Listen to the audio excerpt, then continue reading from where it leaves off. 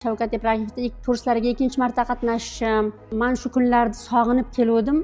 Natijasi bundan-da yaxshi bo'ldi. O'lchamlarim kamaygan, bu vaznim 1 kiloga semirgan, xohladim o'zim. Semirishni xohlagan. Semirdi xohladim, 1 kilo semiribman. Ana. 63 kilo edim, 64 kilo bo'pman. Ura. Xursand bo'ldim. Taksi arteriyoz tashxisi bor edi menda.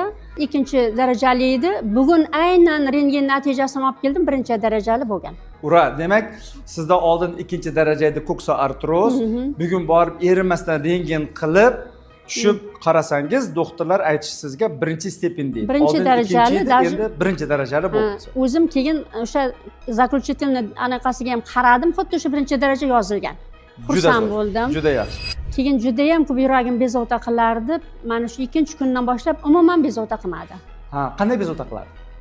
Qisilib, havo yetmaganday bo'lib, hech qayerga sig'masdan qolardim. Qo'lim uvishardi, chap qo'lim, o'sha holat umuman bo'lgan yo'q. Ikkinchi kundan keyin bo'lgan yo'q. Bitta bo'lib o'tdi, qaytib bo'lmadi. Yaxshi. Keyin qarang, hattoki uzoqdan mana bunaqa qilib ko'zimni qisib qarardim. Telefonda achiksiz ko'rmasdim. Hozir telefonda ham shunaqa yaxshi ko'ryapman. 50% ga ko'zim yaxshi bo'lganiga aminman. Mashqni tashlamayman, bundan-da yaxshi bo'lishiga erishmoqchiman, xudo xolasa. Ura, rahmat. Rahmat sizga kattakon.